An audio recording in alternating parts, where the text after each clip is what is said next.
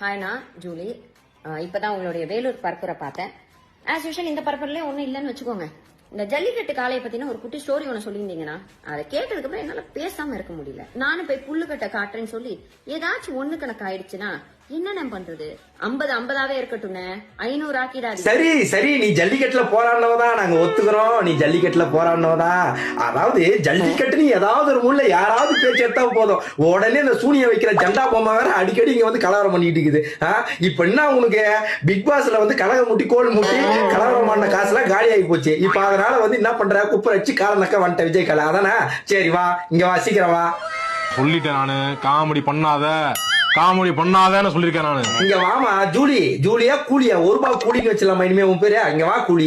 அதாவது அந்த மனுஷன் அரசியல் ரீதியா இல்ல ஒரு ஜல்லிக்கட்டு காளையை பத்தி பேசும்போது, ஒரு எக்ஸாம்பிளுக்கு பேசும்போது அதை எக்ஸாம்பிளா நினைச்சிட்டு மட்டும் தான் விடணும். நீ உடனே வந்து நான் ஜல்லிக்கட்டுல போராடின வீர மங்கை, இப்ப வந்து நம்மளுக்கு எந்த அட்டென்ஷனும் கிடைக்கலன்ட்டு ஆட்டோ ஏறி இங்க வந்து அடி வாங்க கூடாது. இப்ப நீ வந்து வீரை மங்கன்னு நினைச்சிட்டு வந்து பேசுறதுனால இப்ப வீங்க அடிக்க போறானுங்க உன்னை. இங்க வா. அதாவது ஏரி வேலையில வேலை செய்யற ஆயாவியே ஒரு படி மிஞ்சி பிக் பாஸ் உள்ள போய் நீ என்ன பண்ண? இந்த வீர மங்கை என்ன பண்ண? நீ சொல்லு. நீ அதை சொல்லு எனக்கு. நீ என்ன சாதனை பண்ண நான் உன்கிட்ட கேட்டா இப்ப நீ என்ன சொல்லுவ தெரியுமா? அது சம்பவம் இல்ல, சரித்திரம். என்ன விஷயத்துக்காக போனீங்க? அது விஷயம் இல்லமா, விசித்திரம்.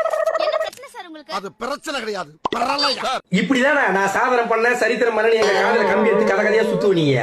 தெரியும். ₹1 கூலியா? இங்க வா. கோல் முட்டியா? இங்க வா. அதாவது இப்படிதான் 2 டிக்கெட் இறங்கிறீங்க. அந்த பக்கம் பார்த்தா நம்ம அறுது பழசான ஜோக்கு ஆதவனு அவன் என்ன பண்ணா, மனசு விட்டு பிச்சை ஏறானா, அவனும் இதே மாதிரிதான் அறுது பழசான ஜோக்கு சொல்லின்னு இப்போ விஜய் விமர்சிக்கிறான். அதாவது அவன் வச்சுக்கிற ரம்பத்தை பார்த்தா ராமாயண மூர்த்தியை தோத்துருவாரு போல. அந்த மாதிரி ஒரு ரம்பத்தை எடுத்து எங்க கழுத்து அத்துனுக்கிறான். இப்ப நீ வேற பூசா வந்துக்கிற.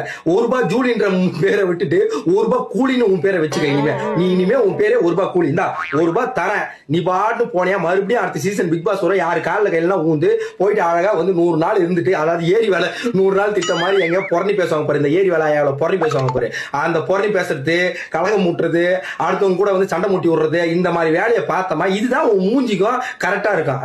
இதெல்லாம் விட்டுட்டு விஜய் சார் அப்படி மண்டி போட்டு கஜானா காலியான பேர் கால நக்க வரக்கூடாது. இந்தா ₹1 இந்தா கௌரவமா போய் மனசு விட்டு பிச்சை எடுக்கணும். சரியா? போய் சொல்ல.